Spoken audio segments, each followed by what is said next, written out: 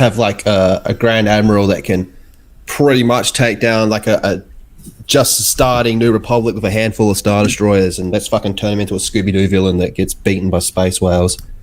Let's take the villain that Luke Skywalker said was a bigger threat than Vader ever was and turn him into a fucking emo that listens to My Chemical Romance in his helmet and fucking wants to sniff Rey's panties or some shit.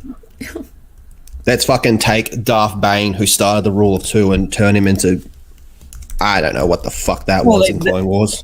I don't know, but I can't even make a joke about that one because that one was a fucking joke in itself. DVD sales, like it's called bum fights. Like guess the tour bus didn't go in that area. They did a few of them, Jay. Try to find that video I took, see if it's worth showing. Oh my god. You filmed him jacking off. What the fuck? He did. I thought you were joking. No, hold on. Let me see if I can pull it up for you guys. I gotta go to my Google Photos, see if I uploaded there. Hold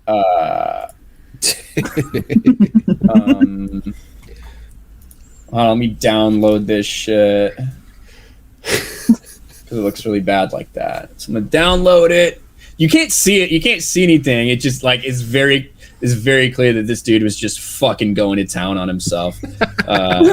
So. And I was like, oh my god! I just like, hold on. Oh my god! That's the wrong tab. Why did I do that? Here we go. So this. So I saw him from a ways away, and this is his hands right here, and he's just fucking going to town. He is just going to town on himself, and so I like try to very slyly. I'm like, oh, I'm checking my phone. Like turn it on, and like as I'm walking by, and you can see him. He goes, "Rah!" He looks over at me, and I'm like, oh shit. Right?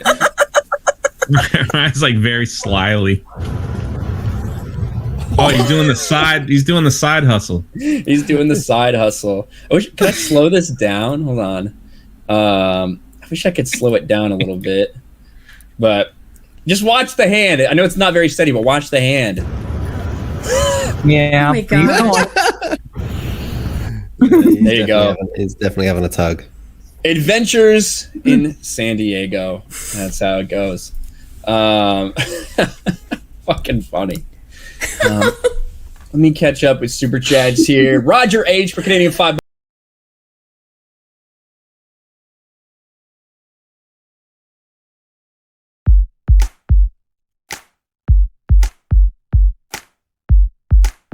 Hey everyone, my name is Larry Haynes and I am the CEO of Mercy House. I've actually been here since the very beginning, so a little over 30 years. And throughout the years, the one thing that has connected us, right, whether you've been our founder or myself or a brand new hire and anyone in between, is this one principle. We believe that human beings are created in the image of God. We believe in the dignity of the human person. We find homelessness an affront to our basic human dignity. And as an entire culture, as an entire organization, we will do anything we can to end that travesty. And so over the years, we have developed a wide variety of projects, right? We do outreach and long-term shelter, and most importantly, permanent housing. We want to end homelessness. We believe in ending homelessness. We believe, as silly as it sounds, that we can change the world. And we do this, again, because we believe in the dignity the human person has given to them by God. If you're interested in changing the world, if you're interested in having some fun with us, join us, please.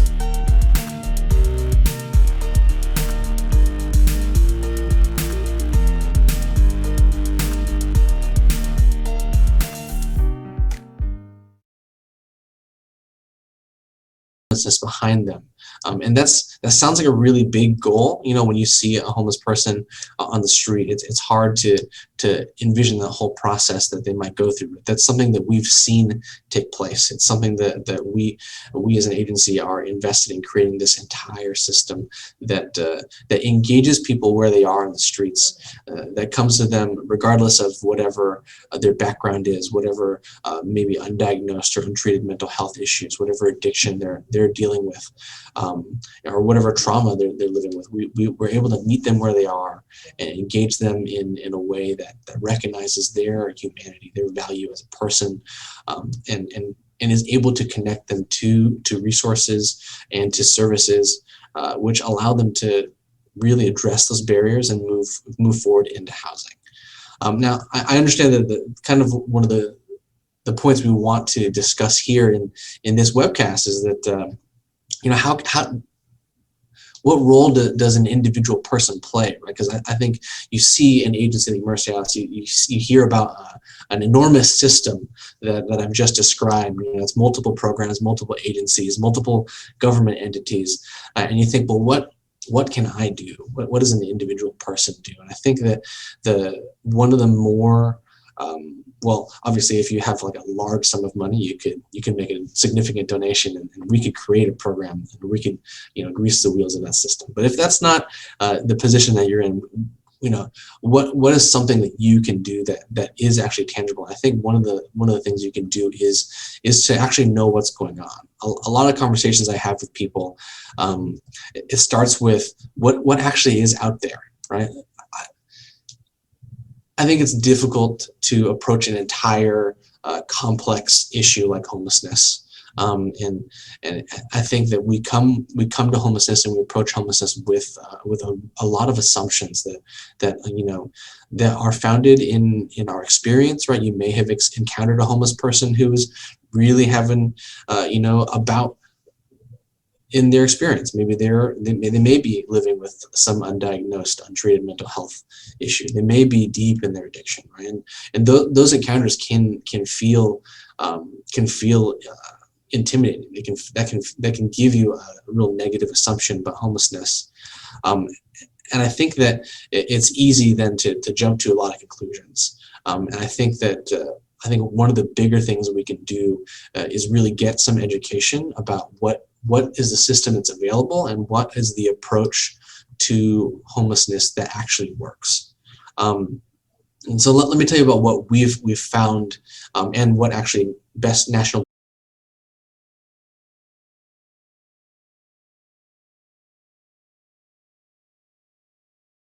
I'm 36 years old, currently living at the Emmanuel House in Santa Ana. Obviously, my life hasn't gone as planned. Grew up in Lake Arrowhead and moved to Long Beach, where I pursued a degree in interior design at Brooks College. That year, I ended up getting into drugs and alcohol, which would completely bring my life to a halt. By the time I was able to move in here, I had exhausted the ability to couch surf, and that I was resorting to sleeping in my car. My life was an absolute mess before Mercy House, and now it is on track. Mercy House is loving, caring, beautiful, nurturing. I'm able to really just focus on all of my blessings and move forward and really appreciate the now. And I'm thinking about going back to school.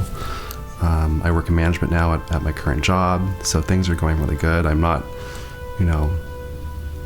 drowning in debt. I'm able to survive.